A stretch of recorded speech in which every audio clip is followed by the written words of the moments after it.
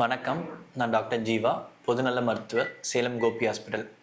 உங்களுக்கு அடிக்கடி வயிற்று வலி, புலி ஏப்பம், எதுக்களிப்பு, இருதய தொந்தரவு இல்லாத நெஞ்செரிச்சல், இரத்த வாந்தி, மோஷன் கருப்பாக போகுதா? அதுக்கு சரியான பரிசோதனை தான் இந்த எண்டோஸ்கோபி. இந்த எண்டோஸ்கோப்பிங்கிறது கேமராவோட அட்டாச் ஆகிருக்க வளைவுத்தன்மை கொண்ட ஒரு மெல்லிய குழாய்.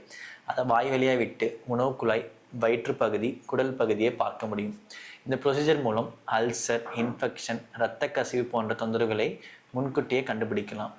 இந்த ப்ரொசீஜரை 10-15 நிமிஷத்தில் பண்ணி முடிக்க முடியும். இந்த ப்ரொசீஜருக்கு அப்புறம் பேஷண்ட்ஸ் 1-2 மணி நேரம் மட்டும் அப்சர்வேஷன் இருந்தால் போதும். எண்டோஸ்கோபி ப்ரொசீஜருக்கு முன்னாடி சாப்பிடாம வரணுமா, இல்லை முந்தைய நாளே அட்மிஷன் ஆகணுமான்னு? எண்டோஸ்கோபி ப்ரொசீஜருக்கு அட்மிஷன் நெசசரி இல்லை. யூஸ்வலாக பேஷண்ட்ஸை 6 to 8 hours எதுவும் சாப்பிட வேணாம்னு சொல்லுவோம். அப்போ தான் ப்ரொசீஜர் பண்ணுறப்ப ஒரு கிளியர் வியூ கிடைக்கும். சில பேஷண்ட் ரத்தம் சீராக போகிறதுக்கு ஆன்டிபிளேட்லெட்ஸ் போன்ற மெடிசன்ஸ் எடுத்துகிட்டு இருப்பாங்க.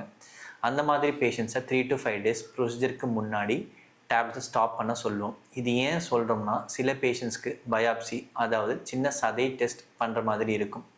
ப்ரொசீஜருக்கு முன்னாடி பேஷண்ட் கம்ஃபர்டபுளுக்கு த்ரோட் ஸ்ப்ரே யூஸ் பண்ணுவோம், மரத்து போகிறதுக்காக. இதனால் பேஷண்ட்ஸ்க்கு பெருசாக எந்த வலியும் இருக்காது. வயசானவங்க இல்லை எண்டோஸ்கோபி ப்ரொசீஜருக்கு பயப்படுறவங்களுக்கு மயக்க மருந்து கொடுத்து எண்டோஸ்கோபி ப்ரொசீஜர் பண்ணுவோம். இந்த ப்ரொசீஜரை 10-15 நிமிஷத்தில் முடிச்சிடலாம். ப்ரொசீஜருக்கு அப்புறம் 1 to 2 hours அப்சர்வேஷன் இருந்தால் போதும். மயக்க மருந்து கொடுத்து பண்ணுறவங்களுக்கு மட்டும் up to 12 hours அப்சர்வேஷன் வைப்போம்.